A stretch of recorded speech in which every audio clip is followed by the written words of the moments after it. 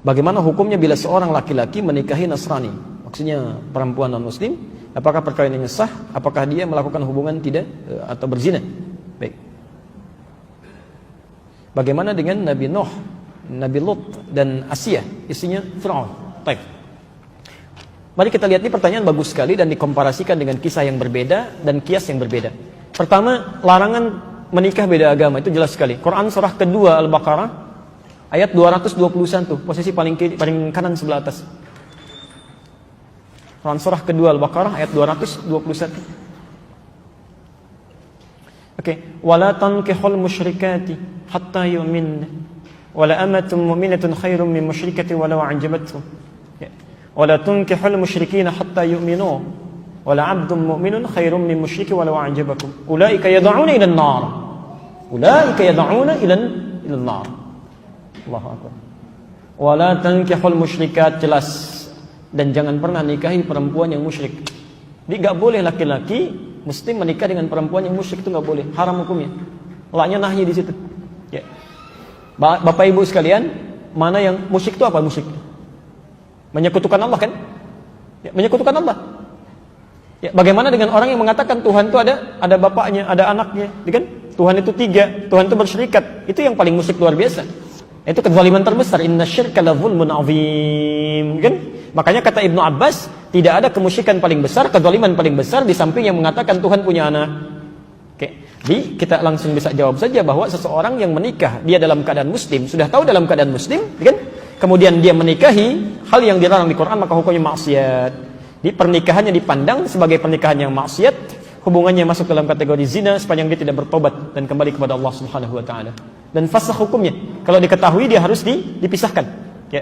Kalau perempuan, hati-hati. Bahasa Qur'annya wala tunkihu, jangan dinikahkan.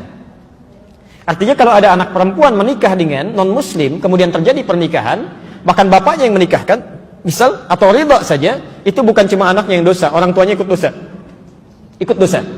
Karena beban dari perempuan itu yang menikahkan walinya. Jelas ya? Itu walinya, hati-hati ya, hati-hati. Adapun kasus dengan Nabi Nuh itu berbeda, lain halnya. Ya, beda. Anda harus bedakan antara muslim dengan muslimah yang bermaksiat. Lain gitu kan? Ya. Nabi Nuh dalam keadaan muslim, dia berislam dengan baik, dalam keadaan sebelumnya sudah berumah tangga. Ya, diangkat mendapat hidayah, diangkat ditetapkan sebagai seorang rasul. Ya. Sama. Nabi Muhammad SAW itu kan hanif sebelumnya. Khadijah juga demikian. Ketika Nabi Muhammad diangkat sebagai seorang rasul, ditetapkan, ngajak istrinya kan berdakwah. Itu sudah berumah tangga, sudah hanif sebelumnya. Maka diajak mau ikut. Nabi Ibrahim ketika menemukan Allah, tadinya kan mencari. Lihat matahari, lihat bulan, lihat sana sini, gitu kan? Sampai menemukan Allah, diajak istrinya beriman. Nabi Nuh juga dalam keadaan demikian, mendapatkan risalah, beriman, diajak istrinya. Ya? Ketika tidak mau dia beriman, bahkan anaknya tidak mau, Quran turun mengatakan innahu laisa min ahlik, dia bukan keluargamu. Selesai. Bisa di situ. Tapi berarti dakwah berjalan. Ya. Sama dengan Asia kan? Asia dengan Fir'aun sudah berumah tangga sebelumnya. Ya, ketika Musa diutus didakwahi, Asianya beriman, Fir'aunnya tidak. Ya kan? Cuma dia menyembunyikan imannya untuk berdakwah kan? Dia ajak dan sebagainya. Ya, itu poinnya. Itu poinnya. Tapi kalau misalnya seseorang sudah beriman sebelumnya, sudah muslim, ya, dan dalam keadaan belum menikah, tidak boleh menikah dengan pasangan yang bukan muslim, itu tidak seiman. Dosa hukumnya.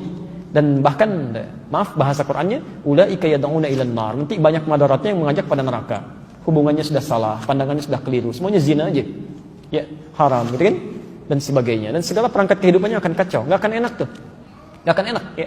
Tidak ada kemunafikan terbesar kecuali di satu tempat, mohon maaf ya, satu tempat ibadah pada Tuhan yang berbeda, tapi sama-sama saling mengingkari. Ya kan?